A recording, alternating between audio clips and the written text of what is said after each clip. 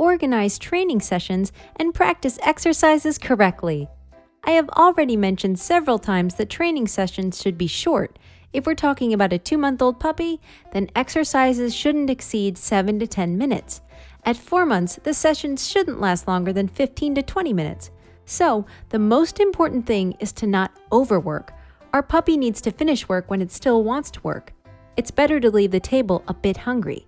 If we work with the puppy until it gets exhausted and simply falls asleep right after training, it's not good because the puppy will get used to the fact that training is very tiring, even though we are playing while training.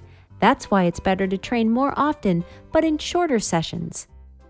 In case of a 2 to 3-month-old puppy that eats 4 to 5 times a day, we can combine meals and training sessions.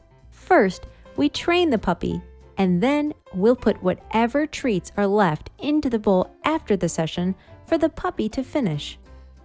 An important consideration: you can incorporate several exercises at once into training. In fact, you should do it because a puppy, especially a very young one, gets bored practicing the same exercise over and over again. This also depends on the breed. If it's a Labrador, an Australian Shepherd, or a Border Collie, they are ready to repeat an exercise up to 20 times.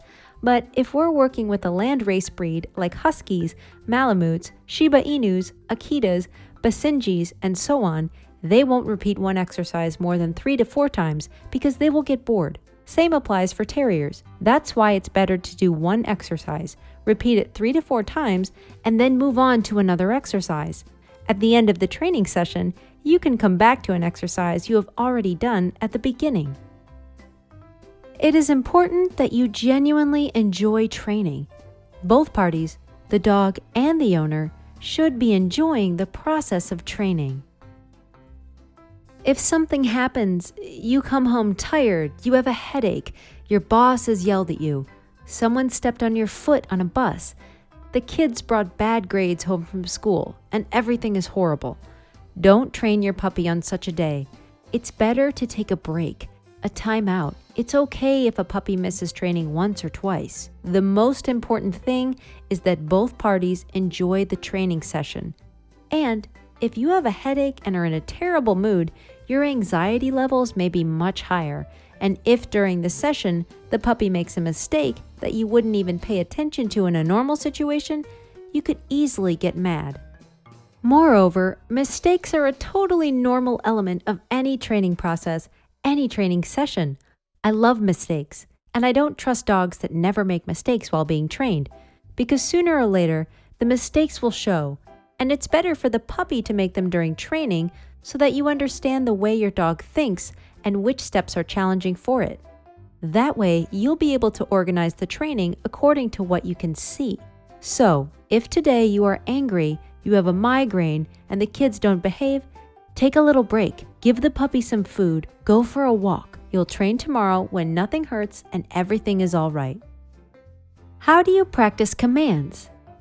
If you follow our videos, during the first 2 weeks of the puppy's life in your home, you already have quite a lot of exercises to practice. How to not get confused.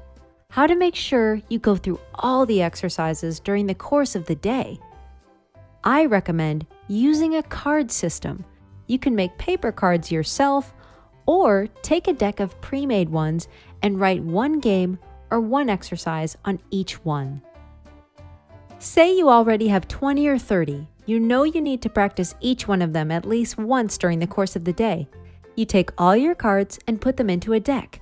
You can shuffle them any way you want, and each training session, you randomly choose a card with an exercise. A completed exercise means the card is taken out of the deck. You take another one, look at the exercise, practice it, and put the card aside.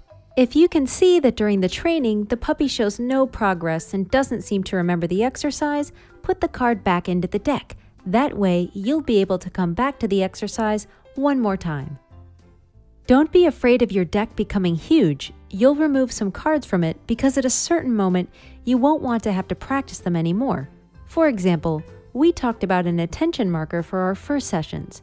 Ideally, it is supposed to be trained for 2 to 3 weeks, and then the condition reflex appears. Therefore, we don't have to practice it anymore because the dog knows it and remembers it.